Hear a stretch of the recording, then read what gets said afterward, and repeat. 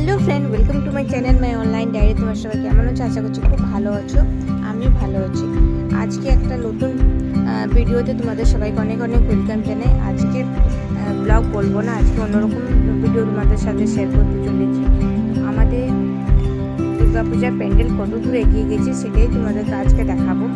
তো দেখো, এই জায়গাতে প্যান্ডেলটা হচ্ছে। তোমরা সবাই যারা আমার ভিডিও দেখো তারাও জানো সবাই কি কোথায় প্যান্ডেলটা হয়। তো এবারে একটু জায়গাটা আরও বেশি বড় করেছে, কেন প্যান্ডেল অনেক বড় হচ্ছে। আর পুজো প্যান্ডেলের থিম তোমরা সবাই জানো, আমি আগে তো দিয়েছি ভিডিওতে, আর পরে পরে মানে বুঝতে পারবে কি পুজো প্যান্ডেলের থিম কি।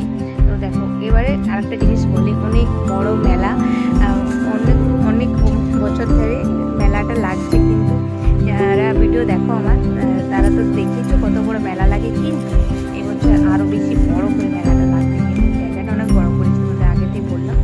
তো এই যে ভিডিওটা দেখালাম, এই ভিডিওটা কিছুদিন আগেকার করা ভিডিও ছিল, তুলে ধরেছিল ভিডিওটা, যেটা প্যান্ডেল হচ্ছিল। এখন তো প্যান্ডেলে কাপড় দেওয়া চলছে, আর কিছুদিন পরেই তো পুজো, বুঝতেই পারছো। তার জন্য এখন এইটুকু কাজ মানে নয়, যেটা দেখালাম অনেক বেশি কাজ আরও এগিয়ে গেছে কাপড় প্যান্ডেলে।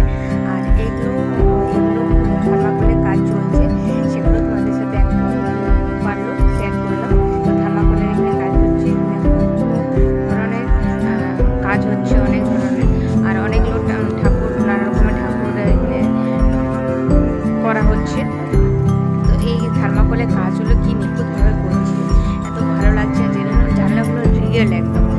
তো এই জায়গাতে করছে অনেক কিছু, যেহেতু পুজো প্যান্ডেলটার মানে থিমে অন্যরকম, তার জন্য এগুলো অনেক কিছু করা হচ্ছে, মিলে জুলে অনেক কিছু করা হচ্ছে। আর আমি জানি সবাই পুজোর আগে থেকেই প্ল্যানিং করে কি কোথায় যাবো ঘুরতে, কিন্তু আমি তো তোমাদেরকে আগে থেকেই বলে রাখলাম কি আমাদের এখানে একবার নিশ্চয়ই এসো পুজোতে ঠাকুর দেখতে।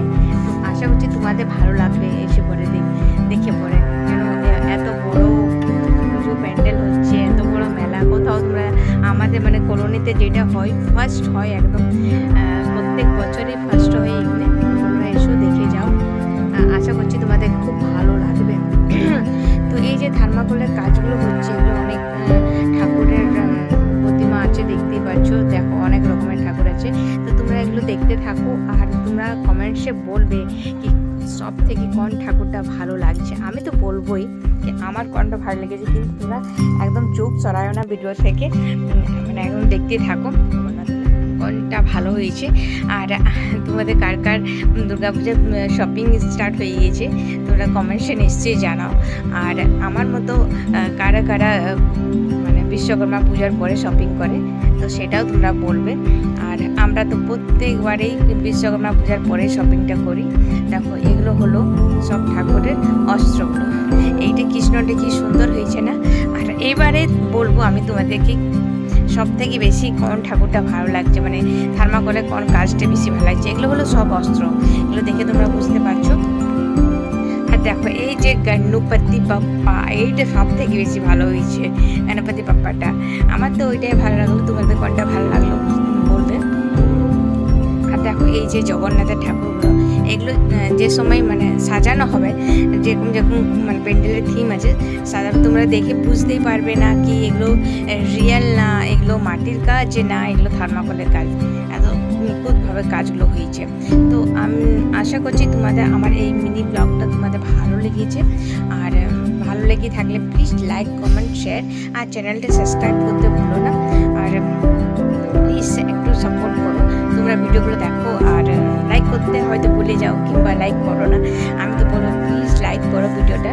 আর এরকমই আরও মানে পুজোর কী হচ্ছে আমি দিতেই থাকবো ছোটো করে হলো।